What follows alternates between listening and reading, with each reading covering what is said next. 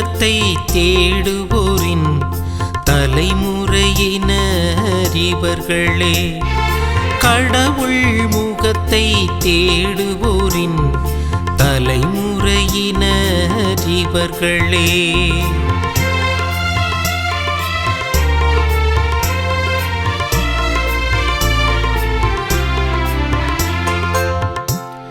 மண்ணுலகும் அதில் நிறைந்துள்ள அனைத்தும் ஆண்டவருடையவை. நிலவுலகும் அதில் வாழ்வனவும் அவருக்கே சொந்தம். ஏனெனில் அவரே கடல்களின் மீது அதற்கு அடித்தளமிட்டார். ஆறுகள் மீது அதை நிலைநாட்டினவரும் அவரே. கடவுள் முகத்தை தேடுவோரின் தலைமுறையினர் இவர்களே. கடவுள் முகத்தை தேடுவோரின் தலைமுறையினர் இவர்களே.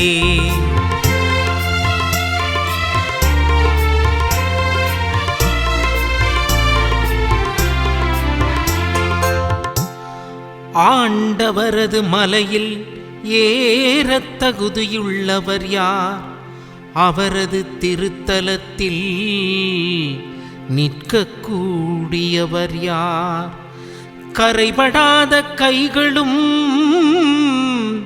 மாசற்ற மனமும் உடையவர்.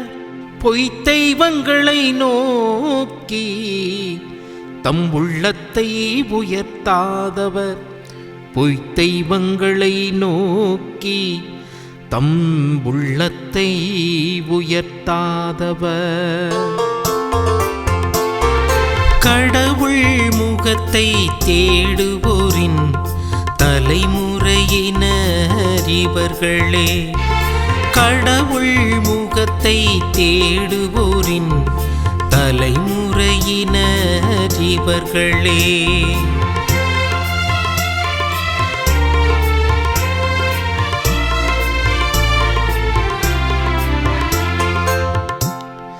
இவரே ஆண்டவரிடம் ஆசி பெறுவார்.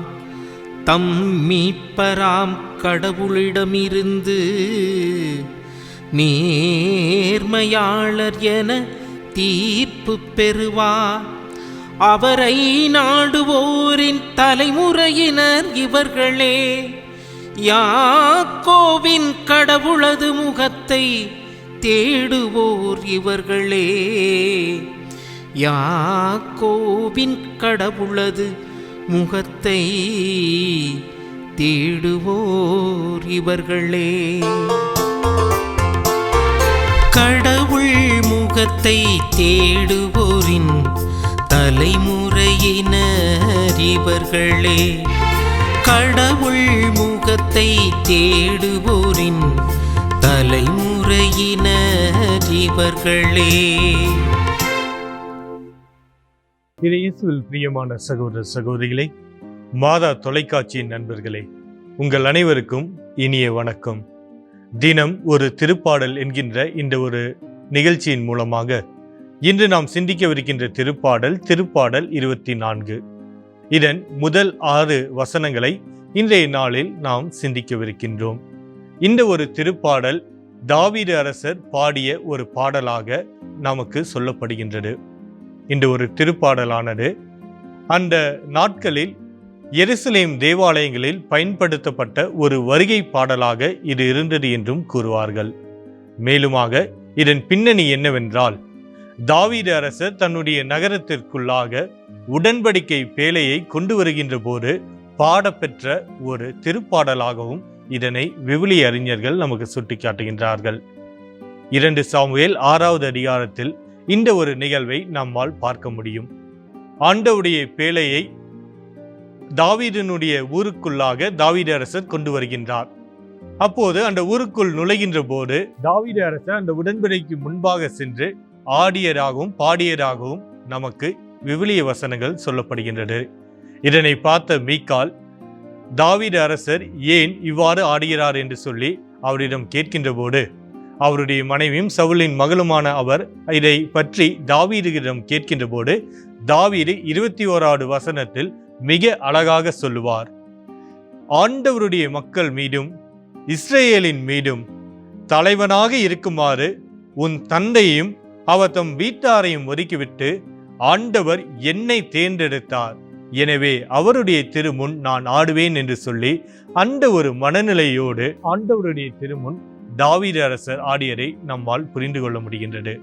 இந்த ஒரு சூழ்நிலை நாம் இந்த திருப்பாடலை வாசிக்கின்ற போதும் நம்முடைய மனங்களுக்கு எழுவது மிகவும் இயல்பாக இருக்கின்றது.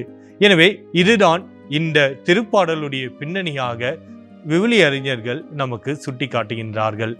இந்த ஒரு திருப்பாடலை நாம் பார்க்கின்ற போது முதல் 2 வசனங்கள் ஆண்டவருடைய மேன்மையை நமக்கு சுட்டி காட்டுவதாகவும், மீதம் இருக்கக்கூடிய 4 வசனங்கள் நம்முடைய தகுதியின்மையை பற்றி பேசுவதாகவும் இருக்கின்றது.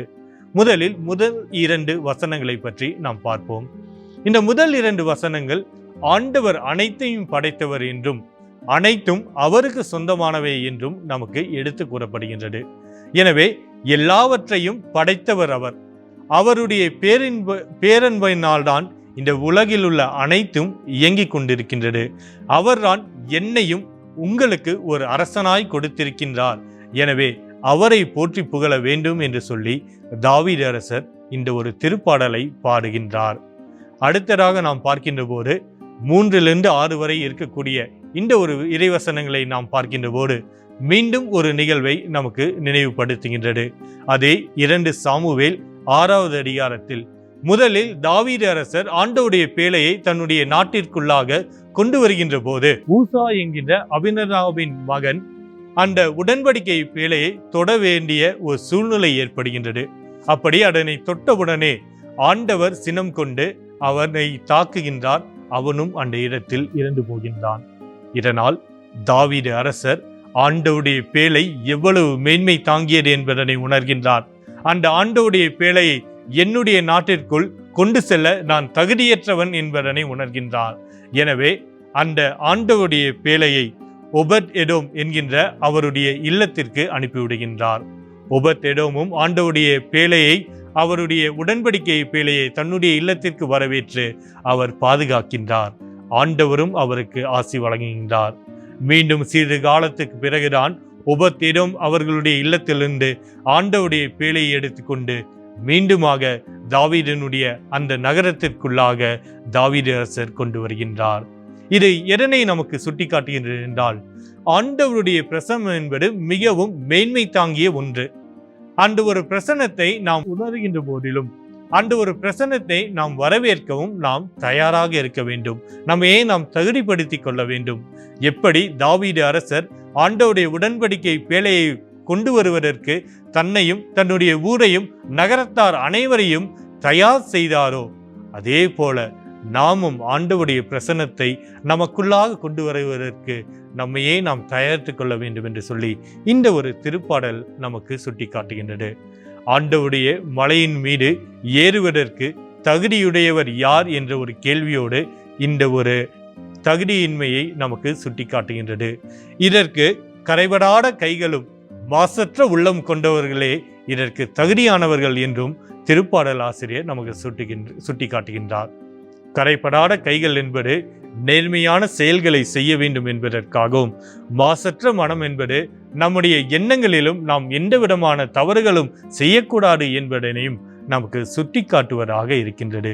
எனவே இந்த இரண்டும் நாம் செய்கின்ற போதுதான் நம்முடைய எண்ணங்களிலும் சரி, நம்முடைய செயல்களிலும் சரி, நாம் குறைவற்றவர்களாக நேர்மையானவற்றை செய்கின்ற போதும், நேர்மையானவற்றை மட்டுமே நினைக்கின்ற போதும் தான் ஆண்டவருடைய திருமுன், அவருடைய பிரசன்னத்திற்கு முன்பாக நிற்க நாமும் தகுதியுடையவர்களாக இருப்போம்.